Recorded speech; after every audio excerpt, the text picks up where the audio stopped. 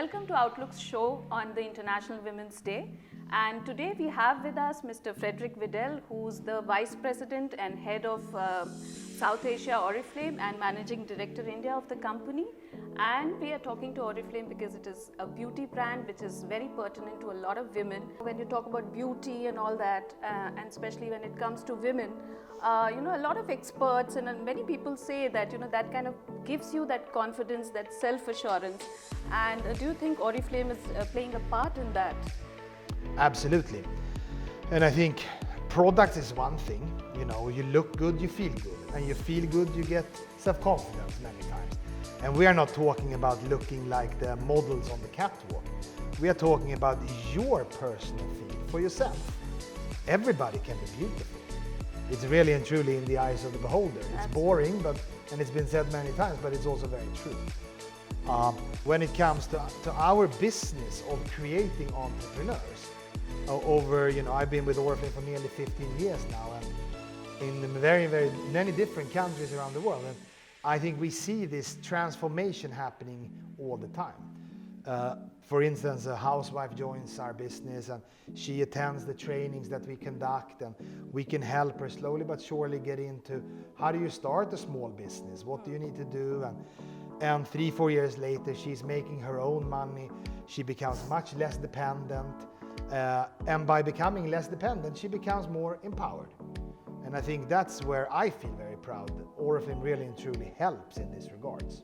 How do you see the clients as well as the sales force? Is there a difference between those women, or how do you see it? Oriflame was founded in 1967.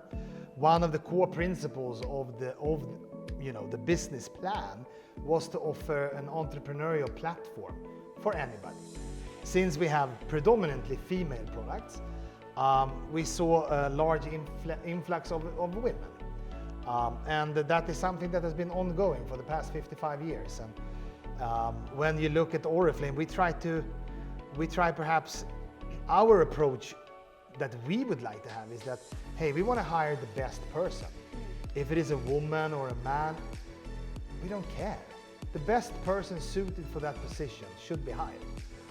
And I hope that when we talk about breaking the bias, it really and truly starts with us preparing perhaps the next generation for the fact that a woman is as capable as any man.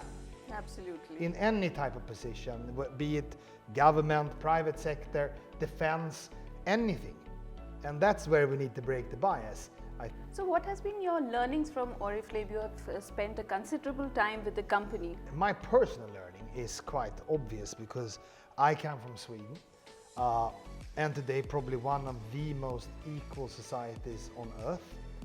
And then having lived and worked 20 years in Asia in various different countries, I have seen that the same type of equality is not present at the moment for various reasons. I pass no judgment. However, I then personally get very affected when I see that just because of a gender somebody is ill-treated or considered to be less important. For me, growing up in a very equal society, it doesn't make sense. So therefore, this topic has become very close to my heart. What are your takeaways overall for women? What are your tips for them? Some of the tips for success, for other things, how they can develop themselves?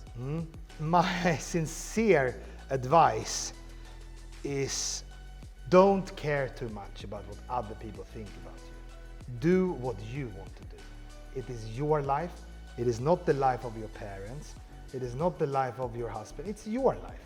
You should be able to control your own destiny and your own choices. That was quite well put in short words, Mr. Widell. Thank you. And thank you so much for this chat and talking to our viewers about what women can do, how they can move ahead in their lives, and how corporations are really helping them do it in small ways, if not big. Thanks a lot. Thank you.